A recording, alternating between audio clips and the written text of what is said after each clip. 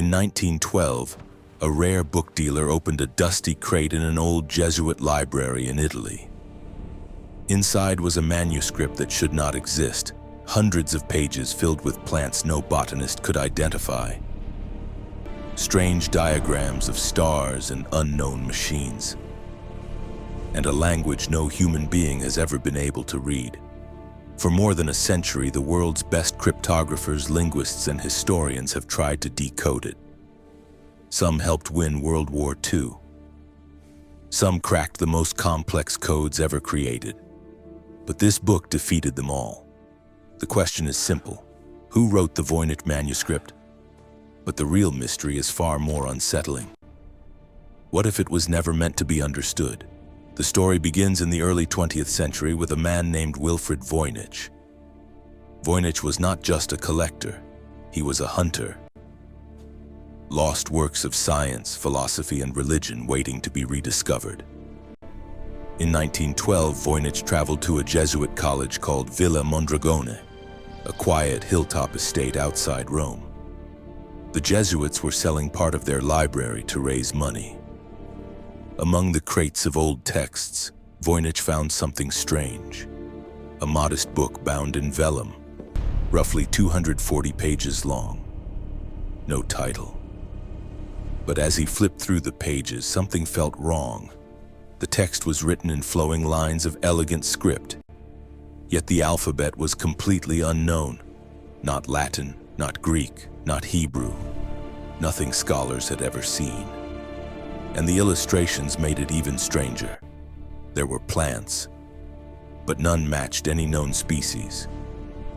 Star charts, but arranged in impossible patterns.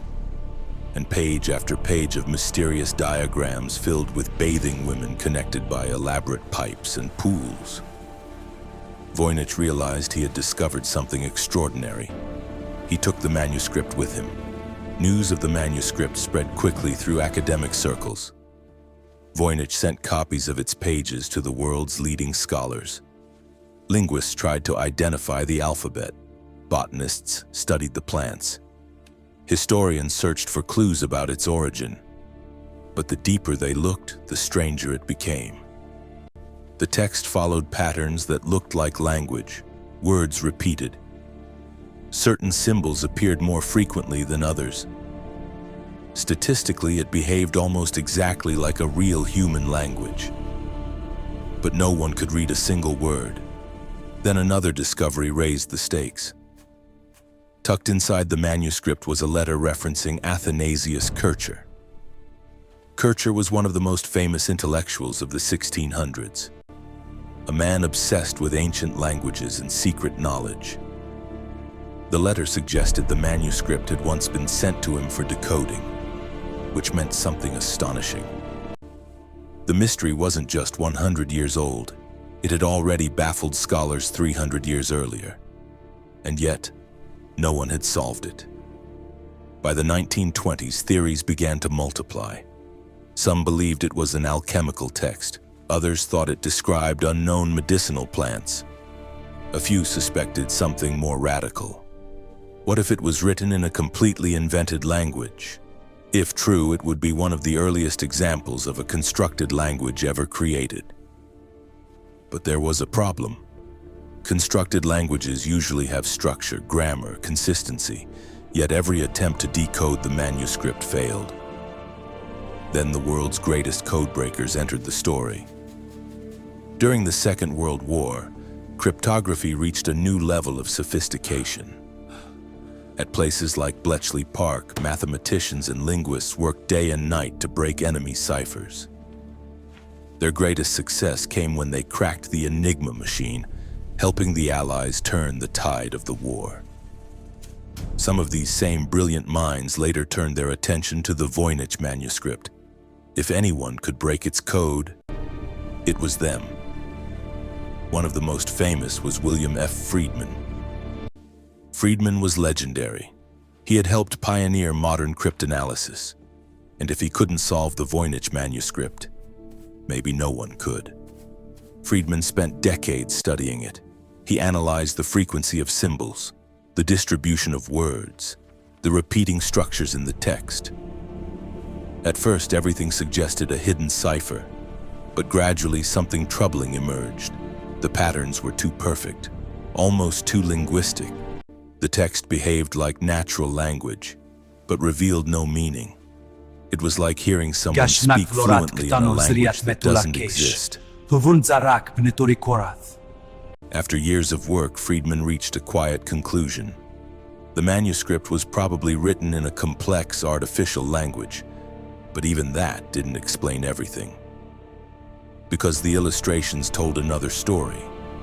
The Voynich Manuscript is not just text. It is filled with images, and these images refuse to make sense. One section appears to show botanical drawings, but the plants are impossible hybrids. Roots from one species, leaves from another, flowers that exist nowhere in nature. Another section shows circular diagrams that look like astronomical charts, stars arranged in mysterious patterns, zodiac symbols. But even here, the constellations don't match known medieval star maps. Then comes the most bizarre section of all, page after page of small naked women floating in green liquid, connected by strange tubes and channels. Some appear to bathe in pools, others hold stars, others stand inside what look like biological structures. Scholars called this the balneological section, a polite way of saying no one has the faintest idea what it means. And then modern technology entered the investigation. In the late 20th century, the manuscript was housed at Yale University, inside the rare book collection of the Beinecke Rare Book and Manuscript Library. There it received an official catalog name, Voynich Manuscript. Scientists began scanning every page in high resolution. Computers analyzed the text. Artificial intelligence examined its statistical structure. Radiocarbon dating revealed another crucial clue. The parchment dated back to the early 1400s, which meant the manuscript was not a modern hoax. It was genuinely medieval, but that only deepened the mystery. Because by the 15th century, Europe had thousands of manuscripts, written in Latin, Greek, Arabic, and dozens of other languages. Yet none resembled the Voynich script. Computational linguists discovered something astonishing. The text follows Zipf's law, a statistical pattern found in almost all natural languages. Common words appear frequently, rare words appear rarely. Exactly what you would expect from real speech. Random gibberish does not behave like that, which means the text was probably not meaningless. Someone had written this with structure and intention. But why? And for whom? Then a new possibility emerged, one that would completely change the story. What if the manuscript was a fraud? Some historians suggested a medieval con artist might have created it. In the Renaissance, wealthy collectors paid enormous sums for rare books. A mysterious text filled with strange illustrations could be sold as a lost work of secret knowledge. One name often appeared in this theory: John Dee. Dee served as an advisor to Queen Elizabeth I.